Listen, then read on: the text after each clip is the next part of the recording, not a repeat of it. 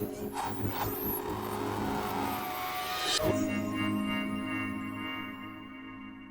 you so much, Pete. Thank you to the RI for allowing me to be here, and I'm here to speak about why calories don't count. I know, don't. Everyone, stop. I'll explain. Okay, I've already had enough problems online with the title, but hopefully, I'll clarify why calories don't count. My name is Giles Yeo. I'm based at the University of Cambridge, where I'm a geneticist, and I'm a geneticist that works on body weight.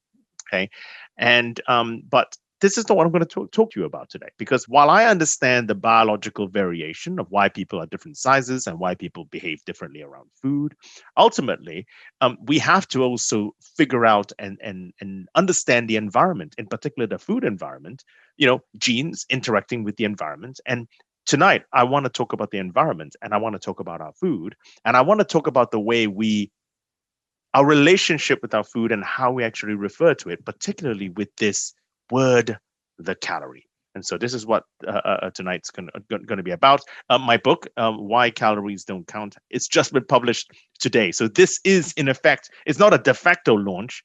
It is a launch. And I launched my first book at the Royal Institution, and I'm going to launch my second book at the Royal Institution. So I'll go for about, I don't know, 40, 45 minutes, which will leave us plenty of time for questions. Okay, so welcome everybody, and I'm really grateful that you have taken the time out to come and actually listen to me.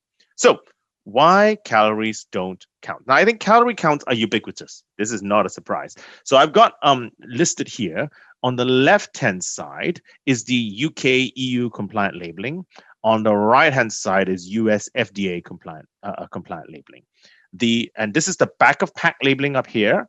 And this is, we're still so far in the EU, so all of these rules we still apply to, and actually we're not, but these rules we still apply to. And this is the compliant front of pack labeling, and here are the calorie counts. So immediately what you see is you see a number of different units. You see the numbers, that's fine, but you see on the energy you have kj. What's that? Kcal, and you can see that kj, kcal. And in the US compliant labeling, you actually have the word calories. Okay, so what do all of these nomenclature mean? And so I thought before we start the talk, we may as well just deal with what an actual calorie. What is a calorie? What is a calorie?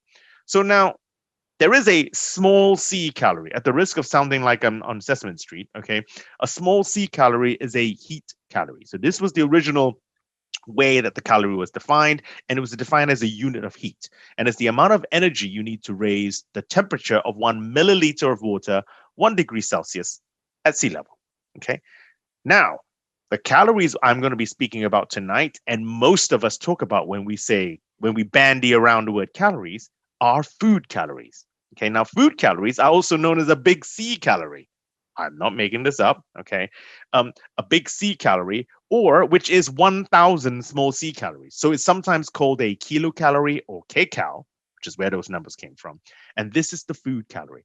And this is the amount of energy required to raise the temperature of 1 liter of water 1 degree Celsius at sea level.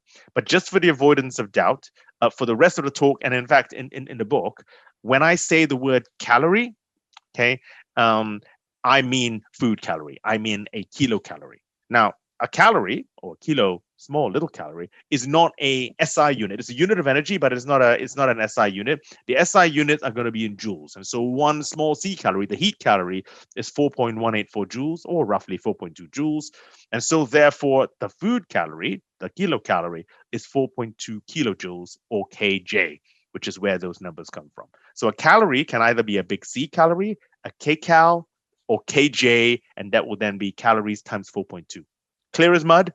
That's the nomenclature. But we're going to be talking about, specifically, we're going to be talking about calories tonight. So here is the question. Okay, so this is the big question. Why don't calories count? So it's because of this. Because this is an equation, such as it is, it's not really an equation, is that the number of calories actually in food does not equal the number of calories you see on the side of the pack. Okay, which does not equal the number of usable calories we actually finally get out of food. Okay, and this is an absolute critical, important thing to try and understand. And trying to understand why this is the case requires us to actually get our head around the concept of caloric availability. So caloric availability is the amount of calories that you can actually drag out of a food versus the total number of calories in the food, in the food to begin with. Okay, so let me just give you some examples so you can understand what I'm talking about. Imagine 100 calories of sugar. So if you eat 100 calories of sugar, the availability of sugar, which means that how many calories you get when you eat 100 calories of sugar, is about 95 calories. So the availability of sugar is 95%. Okay, the caloric availability of sugar. Now, when you actually eat sweet corn, okay, we all love sweet corn, corn on the cob, and then look in the loo the next morning, it is quite obvious we have absorbed nowhere close to 100 calories of sweet corn. But yet, if you take sweet corn, you desiccate it, you convert it into a corn meal, and then make a corn tortilla, you make corn bread. Suddenly, because of the way you have processed the kernels of corn, you've done something with them, you've changed its structure.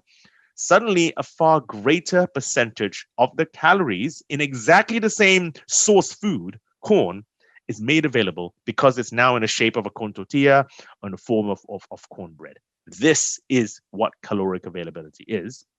And so therefore, what food you eat, it does actually make a difference, because how your body eventually tries to get the calories out differs from food to food. Okay, so how are calories empirically measured? Okay, so now this is dealing with the total number of calories in a food. How are they measured? Well, I mentioned that they're a unit of heat. And so what they're actually, this is still true today, okay, the most accurate way to count every single calorie in a food is something called the bomb calorimeter. All right, now the bomb calorimeter, the eponymous bomb, is just as unsophisticated as it sounds. It involves a sealed container over here, the eponymous bomb, okay, where you put a sample of food. All right, now wet food you have to desiccate, remove the water, because water has no caloric value, at least it does have energy, obviously E equals mc square, but it doesn't have actually any caloric value to humans. So you can just evaporate off the water. And what you do is you put them into this sealed container and you burn it. Now this sealed container is pressurized to 30 atmospheres, 30 times the atmosphere here on Earth, with pure oxygen, to ensure that everything is burnt to an absolute crisp. You carbonize the food, right? Surrounding this is a known volume of water. This water jacket is a known volume of water. And so what happens is you put a known weight of food into the bomb calorimeter, you burn it to a crisp, and then you just simply measure the temperature rise in the water jacket next door. And because 1 calorie, 1 liter of water, 1 degree Celsius, you then know how many calories there are in the food. So this is how you measure all of the calories that are actually in the food. So, well, it's a unit of energy. Surely all calories should be equal. You know what the problem is? Human beings are not bomb calorimeters. Now, our digestion process is actually, aside from the stomach, which has it's a pH value of 1.5, like battery acid, so I wouldn't stick your hand in there. Digestion is actually a relatively time-consuming but gentle process. It's in effect one very long chemical reaction.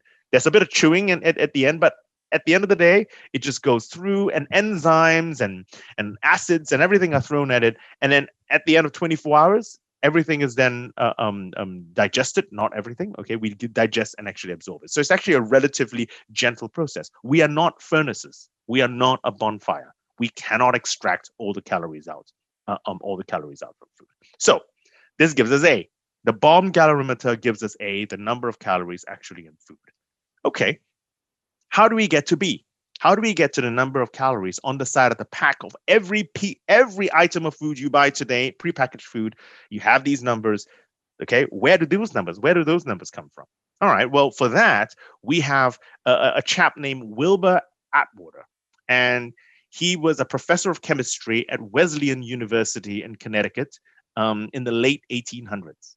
Okay, and what he did was he appreciated and the bomb calorimeter had been invented by the time, and Atwater, okay, realized the sweet corn effect. Okay, he realized that obviously we were not absorbing all the calories we were eating. And he was trying to figure out a way of actually trying to determine, well, how much food, how many calories do we actually end up absorbing into our body?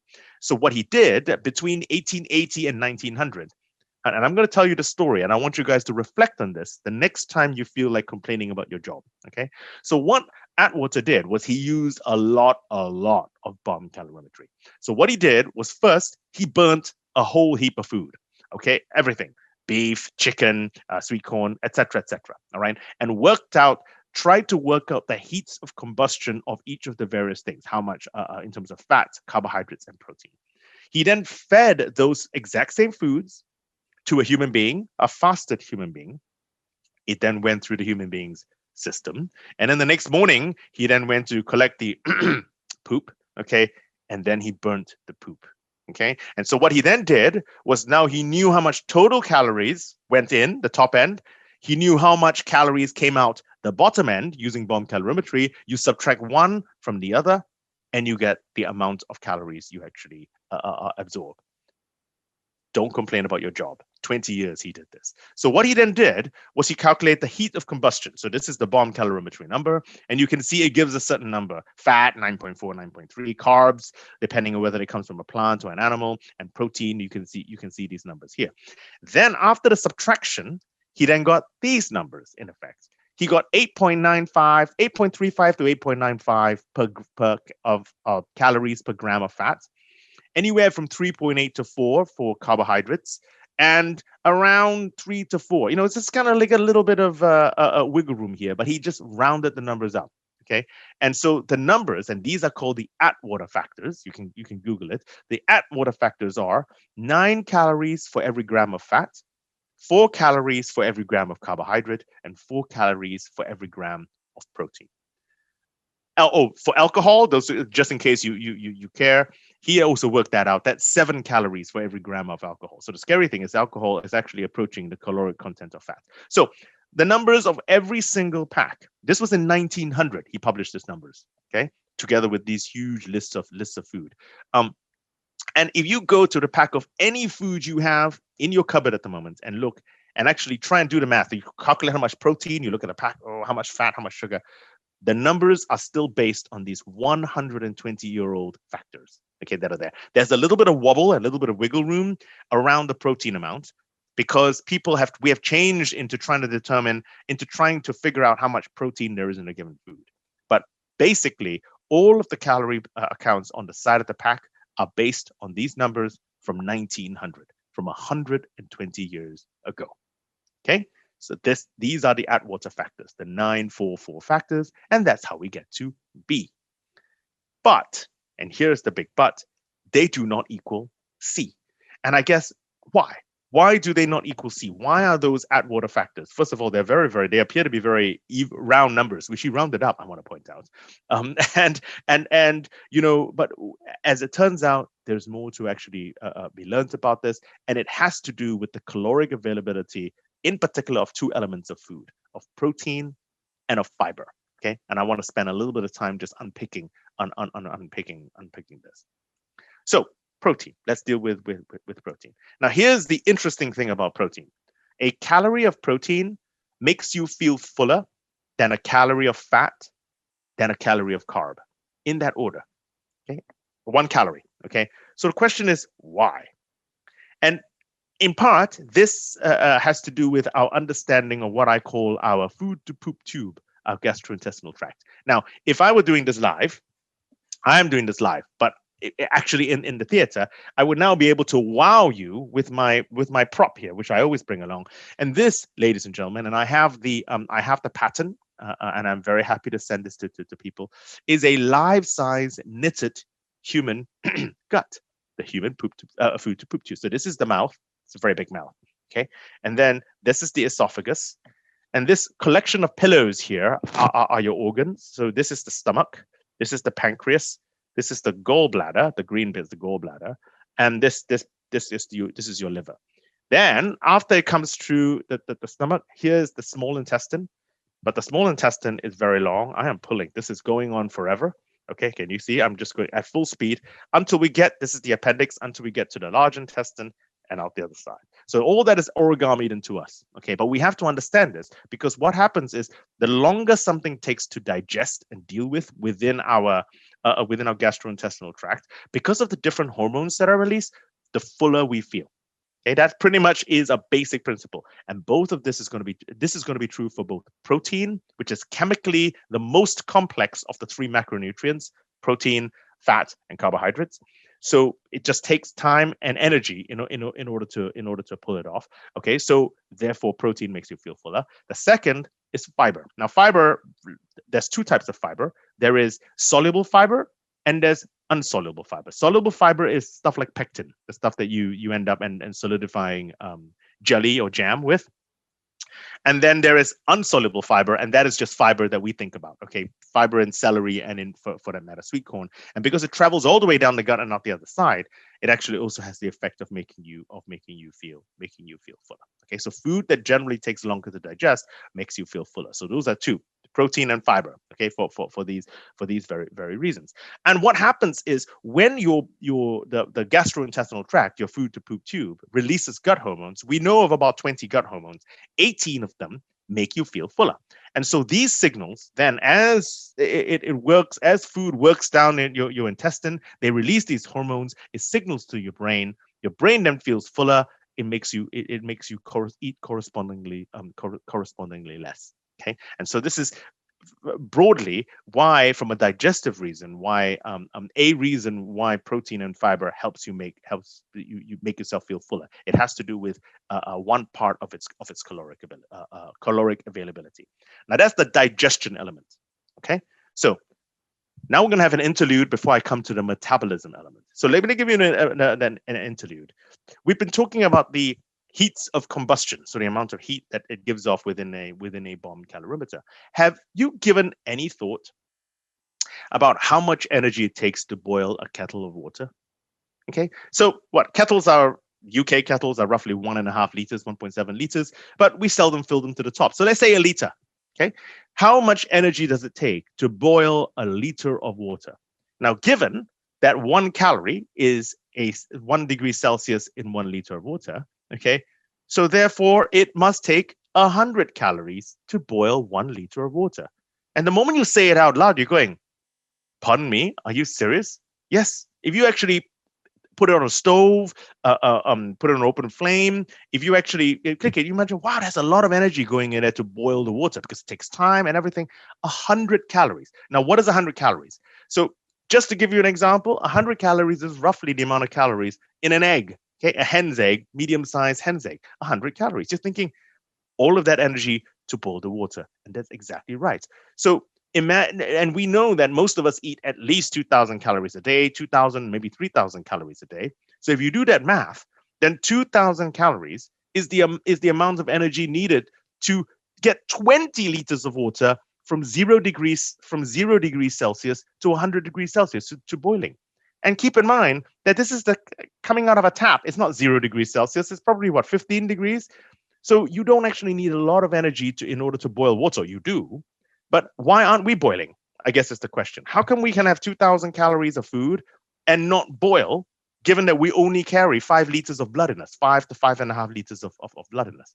Okay, so now this is the interlude. It's because of the way we metabolize our food and the way we harness energy from the food. And we don't just burn it all, okay? Because in effect, what happens if you have a chunk of wood, of charcoal, of what have you, and you burn it, you're breaking the carbon bonds, heat is given off. Okay, that's where the energy, the vast majority of energy is in these carbon bonds. You break them, it gives off energy, right? And it gives off energy all at once because it's a bonfire, okay? Like a bomb calorimeter. This will not be compatible with life. So what we do is our body manages to metabolize the food and then store the energy in reusable little units called ATP. Okay, now ATP is adenosine triphosphate. That's the adenosine group. This is this complex structure over here. The key bits are these 3 phosphate groups. The phosphate is a phosphorus, oxygen, O, and H, and these 3. And it takes a lot of energy. It stores a lot of energy in this particular bond. And so what happens? Consider ATP a fully charged battery. And ADP, adenosine diphosphate, when you lose this phosphate group, when it gets cleaved off, okay, a puff of energy gets given off, poof, Okay, and that puff of energy is then enough for you to then do work. All right, this ADP is then here again, and then you then have energy that has been extracted from food and converts the ADP by sticking a phosphate group back onto it to become ATP again, and this then gets recycled. So ATP is everywhere in our body, everywhere. It kind of moves in and moves out. It's made in the mitochondria, but it's everywhere in the body. Okay, and every day this is recycled. ATP goes and so it stores it, and when you need it, puff. You need it, puff.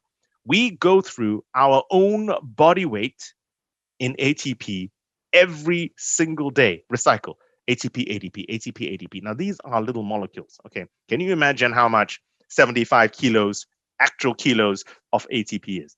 It's a lot. And that is how we function, right? So we take the energy and we put them in the little ATP things and only puff them out as and when we need it. And the process that actually does this is called intermediary metabolism. And I'm really sorry here for going into hard biochemistry. And for those medics and biochemists out there, this may trigger PTSD because it did for me when I was thinking about it. Okay, so intermediary metabolism is what we do to actually extract the energy from these nutrients, the macronutrients of amino acids, glucose, and fatty acids. Because amino acids, which is a breakdown of protein, glucose, which is a breakdown of starch, and fatty acids, which is a breakdown of fat, they're not energy units. They're not units of energy. They're units of nutrients. You then have to take the nutrients, break the carbon bonds to release the energy to make the ATP. Now, here's the thing about protein and why protein is special. Okay, so glucose and fatty acids, they're organic molecules, which means they're made of carbon, hydrogen, and oxygen. And when we eat these intermediary nutrients, when we eat the foods and they're digested into nutrients and pass into our blood, there are one of two fates that can occur depending on your feeding state. You either store them, and glucose is stored as glycogen until it's full.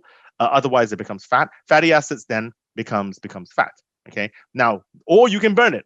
And you can burn it in this direction in order to make ATP. Okay, but glucose and fatty acids are only made of carbon, hydrogen, and oxygen, and so they're interchangeable as long as you have the enzymes to do it. Protein, there are a couple of interesting things about protein. First of all, we don't have a store of protein. You might say, well, I have my muscles. Yeah, but that's functional. So the vast majority of our body, aside from water, is made of protein. Okay, so all of the protein we eat is functional. It's not a store. Fat is a store. It releases the fat as you need it. Carbs, but protein is functional. It's either there to support you, put you there, repair organs, okay, or build if you're pumping iron. If you don't use it, it needs to be converted into fat. Okay, so there's no storage of protein. Protein has to be converted into fat in order to be stored as energy. But the problem with protein, it contains carbon, hydrogen, and oxygen, but it also contains nitrogen. Okay, and so what your body has to do before it can sort out, before you can move the protein into fat, it has to strip off the nitrogen. It strips it off. It converts it into urea, and then we wee it out. Okay, this is why we have uric acid when we actually wee. It's all the nitrogen that's been stripped off the protein. So because of this a process of having to strip out the nitrogen, it takes work to handle protein that doesn't need to be there when you're dealing fatty acids and when you're dealing with fat and carbs. And this work costs energy. So for every 100 calories of protein that you eat, you only ever absorb 70 calories. 30 calories, 30% of the protein calories you eat are needed to handle protein. And it's given off as heat. Okay, so just by looking at the back of the pack, the protein calories are 30% off already. All right, because these are not the Atwater. The Atwater took into account a number of different things, but he took into account the nitrogen, but he never took into account the heat that is required, the energy required to actually pull off the nitrogen. And that, in very many ways, is why protein also is more satiating than fat or carbs, because fats and carbs, fat in particular is very energy dense. It takes almost no heat. Between 98% to nearly 100% available, which means only a little bit off is given off as heat because fat is very efficient and is our primary fuel store. Carbohydrates, well, it depends if you're talking about sugar, the white powdered stuff, or if you're talking about a complex carb with fiber in it, right? And so if you're talking about sugar, it's probably 95, 96% available. Okay. Whereas if you're talking about complex carbs, a slice of wholemeal toast, for example, then we're dealing 90% available, which means that for every 100 calories of wholemeal toast you're eating, it costs 10 calories in order to sort the wholemeal toast out. Okay. Caloric availability. This is the business, the energy required to the cost of doing business, ladies and gentlemen. Right. So how about now we think about, so that's the concept of caloric availability when we actually deal with macronutrients. But if you actually then begin to think about it, you can begin to paint this concept of caloric availability over popular diets that are actually there. So I study energy balance. I study body weight. Now, I think we've all seen this. So this is otherwise known as the first law of thermodynamics, meaning that we can't magic calories in from anywhere and we can't magic the calories away, right? So our body is going to be a balance between how much we eat and how much we burn, because it's physics. It's a fundamental law. It's a how. Now, there is a complexity, and all the complexity lies in the why. Why do people behave differently around food? Why do some people respond to stress by eating? Other people respond to stress by not eating. That's what I study, right? The genetics of actually why people behave differently around food. And so, put simply, some people find it more difficult to say no to food and eat more. And so, therefore, the why influences the how, which is the physics. Therefore, we have people that have small, medium, and large. Okay, so that is in a nutshell what I work on. But in essence, the only way to lose weight, ladies and gentlemen, okay, is to create a caloric deficit, is to absorb fewer calories than you burn. That is how you're going to lose weight. And so at the end of the day, all diets, including a number of fad diets that are out there, which I'm going to deal with in a second, that work, manage to create a caloric deficit. Every single diet that works falls into three categories. Okay, now they're not mutually exclusive because you can mix and match them. Okay, there are diets which are purposefully caloric. In other words, they say it on the side of tins. This is to eat less. It's a caloric restriction diet. I'll give you some examples in a second. Then there are diets that are high in protein, and there are diets that are high in fiber. Okay, and I'm going to argue that all diets that work will have at least one or two of these characteristics that I hear, which is why they work. So caloric restriction, which I'm not going to talk about largely in this because it does what it says on the tin. So you could go on a low calorie diet. These are so-called LCDs, or very low calorie diets. Those are the shakes. And 800 calorie shakes and things like that, and clearly you're going to lose weight. Weight Watchers and SlimFast. So these are group support things which you can go and you measure food, and you have sin foods and non-sin. You're trying to eat less. Okay, this is the point. And then there's intermittent fasting. We can debate intermittent fasting about the additional metabolic benefits you may actually get from it. Okay, and it is a debate, but ultimately, a primary reason why it works is because it creates a caloric restriction. Okay, so these are caloric restriction diets. Let's put those aside for a second. Okay, let's deal with the mother of all, the popular diets that exist. These are the high protein diets. But what is interesting? Oh, okay, high protein. Well, first of all, how high is high? Okay, now, as it turns out, there is no industry standard. But broadly speaking, if you have more than 16% of your total calories, Atwater calories, okay, from protein in your diet, then this is considered a high protein diet. Okay, so we typically are working on 14 to 15% typically. So anything above 16% is considered a high protein diet. But the interesting thing about high protein diets is that the most popular ones don't even have the word protein in it. They are low carb, high fat diets. Hashtag LCHF. You go to Instagram and do it, and you'll find millions upon millions of hits.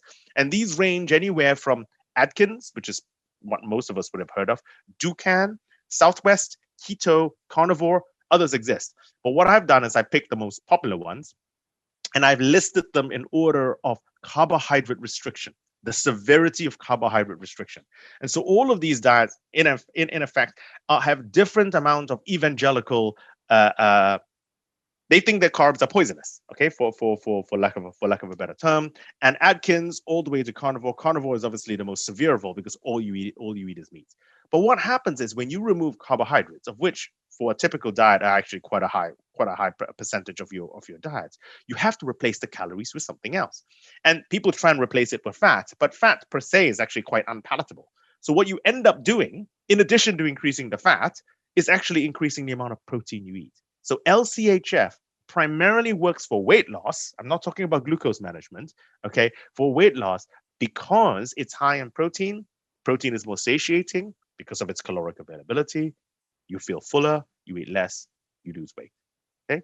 Now then, there are hashtag LCHF diets, but with complicated backstories, okay? So they don't say they're LCHF, but they actually are.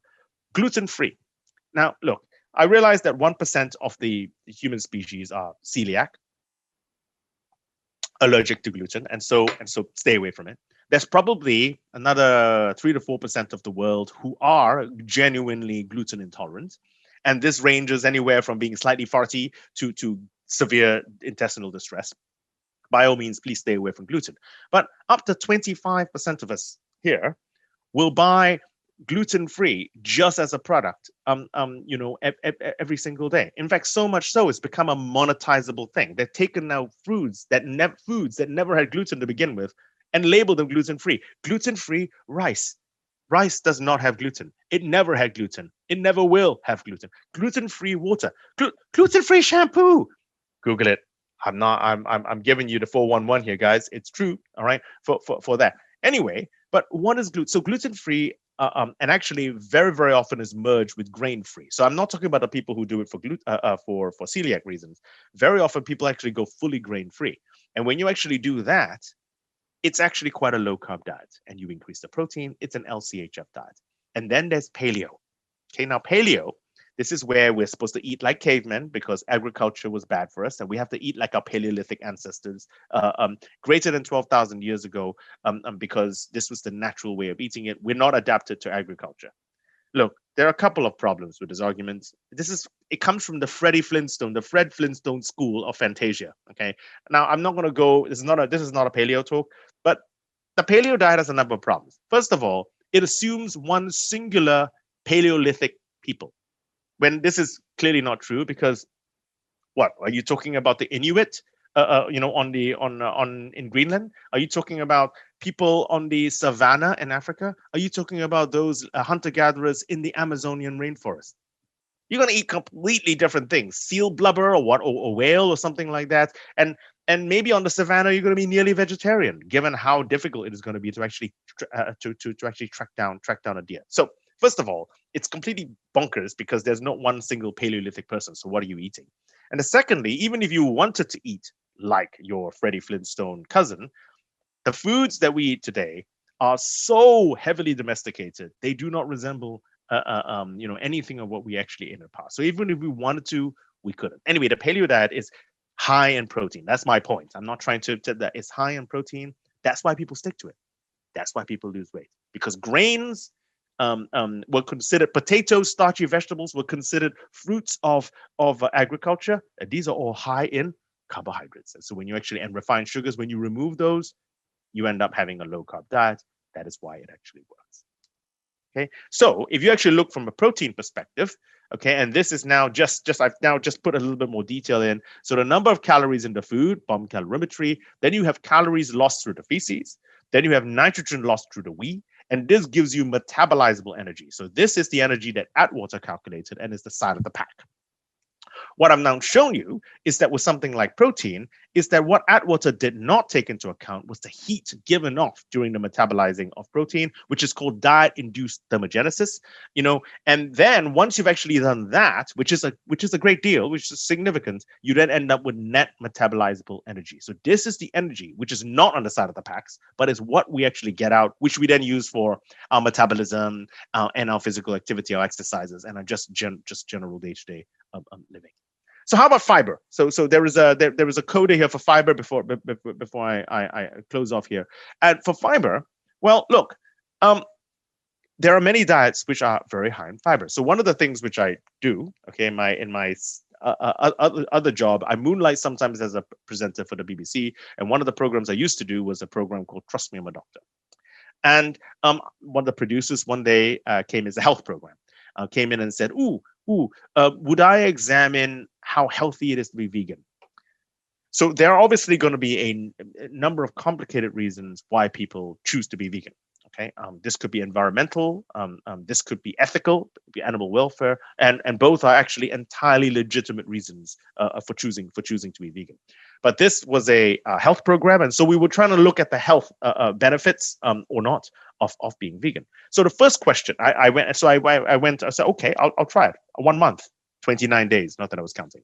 So the first thing is, are vegan foods just automatically better for you? I guess it's the first question. And if you think about it just a little bit, the answer is going to be no, because I could have spent the 29 days eating chips and Oreos, and no one would have claimed that was a healthy diet. I even found this amazing product. So these products here, bacon rashers, classic snack, blah, blah, blah. Okay, here we go. Here's the point. So these are bacon rashers with no artificial flavorings or colorings, but yet are entirely vegan. What magical food is this? Anyway, so I figure out what happened. These are no artificial bacon flavorings or colorings. So they probably use turmeric and smoked paprika or something like that. My point is, this is hardly healthy food. Okay, and I could have spent the entire time eating this. So not wanting to be the guy that went on a vegan diet for 29 days and actually gained weight, I decided to go on a plant-based diet. Now, plant-based diet means that you don't eat a lot of refined sugars, and in effect, you eat foods as close to its whole nature as possible. So beans and pulses and grains and that kind of thing. All right. So what were the scores going to do after 29 days? Well, after 29 days on a plant-based diet, because I ended up being plant-based, I ended up losing 4 kilograms of weight almost evenly. My God, I mean, that's nearly 10 pounds, 10, 11 pounds. My God, I should start I should become a food guru. I should be selling a diet. But why did I lose weight? And because I went plant-based, the food was not calorically very dense. Okay, meaning that it was very bulky. You got to eat a lot of lentils to match the caloric density of a steak. And you know lentils, they look like flying saucers. They're flying saucers, the shape coming in, and they're flying saucers, the shape coming back out the other side. You know, there's a lot of things. And there's only so much time in a day you have to chew, right? So anyway, so what happens was, even though I ate grossly in terms a lot of food in terms of just weight, I absorbed a lot less calories because of the caloric availability of the food, because of the presence primarily of fiber. Now, fiber almost comes exclusively from plants. Okay, so because I was having this plant-based diet, I never had so much fiber in my entire life, but I absorbed less calories.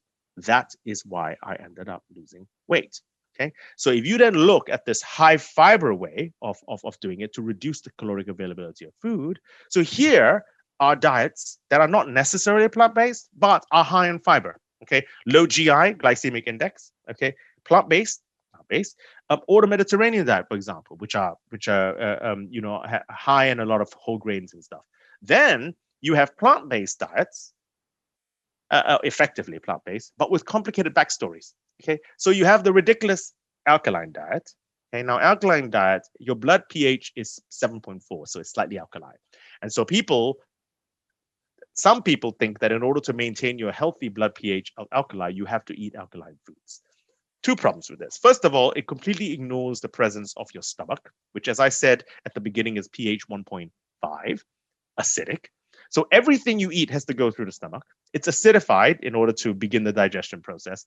It then gets released into the small intestine, where it's automatically neutralized. Okay, it then goes back up to pH 7. Bang. All foods we eat, regardless of their starting pH, ends up 1.5 and then pH 7 for our body to actually deal with it. So that's the first thing. So nothing we eat is going to change the pH of our blood. Secondly, if you actually look at what is considered an alkali or acidic food, so meat is considered acidic, bad. Okay, that's fine, except it's full of blood, and so surely then it's alkali, but we leave that alone. Okay, then we have, I don't know if you've seen, for example, people who are drinking their high pH water, darling, high pH water, pH 9, it costs a lot of money, but with a spritz of lemon juice in it. Why? Yeah, I know, just think about it for a second. Why? Because lemons are considered alkali. And if you think about it for 2.2 nanoseconds, you realize that, first of all, lemons and oranges and limes are citrus fruits, so they're full of citric acid. They also have loads of vitamin C, which is ascorbic acid. And so to have the goal to call a lemon alkali, it makes no sense. My point is, because meat and dairy products are considered acidic, and you have to eat alkali foods, an alkaline diet is effectively a plant-based diet, which is why people stick to it, which is why people lose weight, which is why it works. Then the newest kid on the block that I found anyway is the so-called Sirtfood diet. And the Sirtfood diet is this Adele, the singer, okay? She disappeared for a couple of years and suddenly reappeared. I don't know, was it a year, 2 years ago? Half the woman she was. She lost all this weight. Okay, everyone was going, oh my God, she looks wonderful. Oh my God, she's more of a woman because she's less of a woman now, you know? And she went on the Sirtfood diet. Now, if you actually Google Sirtfood diet and look, it's actually a very restrictive plant-based diet. That is how Adele lost her weight. She ineffectively went on some mumbo jumbo, but that was actually a plant-based. I'm not blaming Adele. Adele's probably listening to her nutritionist. But in effect, she was on a plant-based diet, which is why she lost weight. It's the same reason why I lost weight when I was on a plant-based diet, because it is high in fiber. Now, all of this is fine, okay, because we've been talking about protein, we've been talking about fiber, but there is and this in very many ways actually is a good, that together with a lower amount of sugar, but protein and fiber are key in terms of the quality of the food that you might actually be eating, which is a problem with, and this term has been doing the rounds recently on TV and in the media, ultra processed foods. So not processed foods. Processed foods is anything bread is cooking is a process. So any cooked food is a processed food. Yogurt is a processed food. Ultra processed foods are industrialized processes in which you apply to a food that we do not do. It's impossible for us to do domestically in our kitchen or in a normal restaurant. Okay, under normal cooking methods, you wouldn't be able to produce an ultra processed food. They require industrial processes. Now, the problem with processing foods to that degree, rather than cooking it or fermenting it or grinding it, which are processes, the problem with the ultra processed industrialized way is that it does a number of things. Primarily, it strips out protein and fiber. Okay, so these foods tend to be lower in protein and fiber, depending on whether or not it's designed to have protein in it to begin with, obviously, but tend to be lower in protein and fiber. Okay, and then the other thing is it tends to strip out flavor when you ultra process something, which means you got to add flavor back in. Where does flavor come from, ladies and gentlemen? Sugar, salt, and fat. Okay, the holy trinity of flavor: sugar, salt, and fat. You have to add it back in. So the problem with ultra processed foods is that it is inherently lower in protein and fiber, so very, very calorically available. Very, because as I said, those are the two key elements that make a food less calorically available. Okay, and higher in sugar, salt, and fat. Okay, that is the problem with ultra processed foods. Not true for every single ultra processed foods, but across the board, roughly speaking, it's there. The problem with using the good thing about the ultra processed foods, okay, is because you use industrial methods. They're cheap to produce and they have very long they have very long shelf lives, either frozen or not. Okay, so they're very cheap. And as a result, today, certainly in this country, 50% of our calories come from ultra processed foods. Okay, I'm not kidding, it's true. Okay, but there is a big socioeconomic divide. Okay, if you take that 50% and actually then map it across socioeconomic class, the poorer you are, the more likely you are to have ultra processed foods. Now, the whys are going to be complex. But part of the reason is because these are calories which are very, very cheap. Okay. In other words, therefore, anywhere you can probably get close to 900 calories depending on what you're buying for something like a pound. Okay. There are a lot of calories. Now, imagine if you're Mrs. Smith. Okay. Now, look, everyone here, I'm generalizing, but most of you guys listening to me here tonight are going to be like me, painfully middle class. Okay. We are. I'm sorry. I'm going to say it. I'm painfully middle class. We are not underprivileged human beings. Certainly not. I'm not saying we're rich, but I'm saying that what are you going to have for tea for dinner when you're done? You know what you're going to have for dinner. And even if you didn't, you're not going to be concerned about it because you could call Deliveroo or Uber Eats or make something. Okay. You're not going to be worried about it. But if anything, this pandemic has shown us, take the Marcus Rashford push for free school meals for kids, is that there is a scarily large percentage of the population in the UK, the 6th richest country in the world, who are food insecure. Okay, who are not starving, in a famine type of state, but who are food insecure. Okay, so when Mrs. Smith comes home, okay, and she has to have two jobs, two minimum wage jobs in order to keep the family. Okay, so therefore she has no time because she's going to work two jobs. Okay, and she has to buy $2.99 for 4 pizzas from Iceland or wherever to feed her kids. Who are we to judge, right? And this is the problem. Who are we to judge when they then have ultra processed foods? And I think this is just a nuance. I thought it was important for me to end with this because I can end with this saying that, well, let's eat more protein, let's eat more fiber, and this is all true. But how do we then apply that more equitably so that we can improve the health of the diet to everyone? And I think it's unhelpful to say, please replace your chocolate bar with a banana. Look, sometimes life demands a chocolate bar, sometimes life demands a banana. The question is, can you make a healthier chocolate bar? Okay, and I think that is the question we got. You're never going to make a chocolate bar healthy, but can you make a healthier chocolate bar? Okay, so couple of last thoughts. So guys, we cannot fear food. Okay, is it true that the vast majority of diet-related illnesses today is it true that the vast majority of non-infectious diseases that we're facing today, we're clearly in the middle of an infectious disease pandemic, is it true that non-infectious disease is diet-related? It is. Okay, obesity, type 2 diabetes, high blood pressure. So we need to fix our diet. But we shouldn't do this by fearing food. And fearing food, this is Gwyneth Paltrow's goop. I don't want to drive clicks, but there we go. Which is, and she's trying to sell your leanest livable weight. That's like how to stay as skinny as possible without dying, as far as I can check. And by the way, I gave another talk, but I raised this point at the New Scientist live before the whole shooting match shut down. End of 2019. Oh, those halcyon days. And the mayor and journalists picked it up. So this picture I took from the Independent, which they spliced together, thinking that I had some beef. Gwyneth Paltrow and Cambridge geneticist has a beef. Dude, I've never met Gwyneth Paltrow. Anyway, this is fearing food. What have I spent the last 45 minutes talking to you about? Understanding food. What is it made of? How does our body deal with it? I love food, ladies and gentlemen. I love food. We need to love our food more, understand our food more, just eat a little bit less of it. So why don't calories count? Here are some important points. We eat food, not blinking calories. All right. We eat food and our body then extracts the calories from the food, and that takes energy, that takes effort, that takes time. Okay. Which is why we talk about the quality of food and not the calories. We focus too much on weight. Some of us have to lose weight, but we need to focus more on our health, and then your weight will then take care of itself. So look, this is the book. Okay. Why Calories Don't Count. I appreciate it if you're interested and want to find out more. To go and have a look at it. So what should we count instead of calories? I'm almost giving you the punchline at the end here. I think we need to worry about our protein amount, but there is a sweet spot. Okay, 16%. When I say protein, don't think steaks automatically. It can include steaks, but I'm talking about beans, pulses, tofu. Okay, any source of protein, fish. Fiber.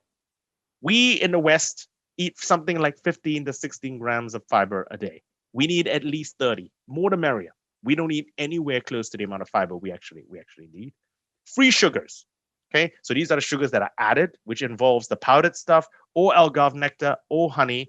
Anything you add rather than actually stuck within the fruit. We need to try and limit to less than 5% of our energy intake a day. Okay. And we need to consider, really, ladies and gentlemen, some meat-free days. Look, I'm not countenancing everyone becomes vegan. Clearly, that's not what I'm doing. Okay. We don't need all the world to become vegan. We need a lot of people in the high-income countries to reduce their meat intake by 10 to 20%. So listen, ladies and gentlemen, it's been a deep pleasure to speak to you. I went longer on than I intended. I'm ever so sorry, but I am very, very happy to do the Q&A now. So I'm going to stop sharing that. And I'm back to here. Thank you.